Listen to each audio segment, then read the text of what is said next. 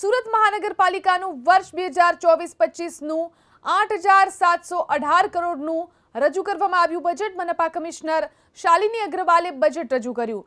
સુરતના ઇતિહાસમાં પ્રથમ વખત મોટા કદનું બજેટ છે. જો કે આ વર્ષે કરના દરમાં કોઈ જ વધારો કરાયો નથી.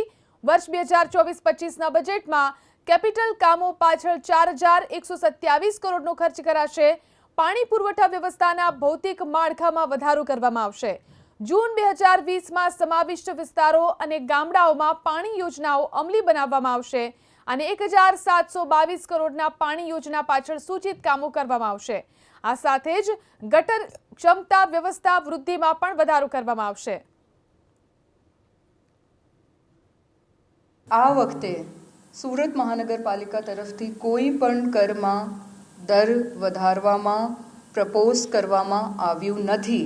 અર્થાત જે પણ બજેટ વર્ષ 2024-25માં મૂકવામાં આવ્યું છે એ વિકાસલક્ષી બજેટ છે અને વિકાસના કામોને પ્રાધાન્યતા આપતું બજેટ રજૂ કરવામાં આવી રહ્યું છે.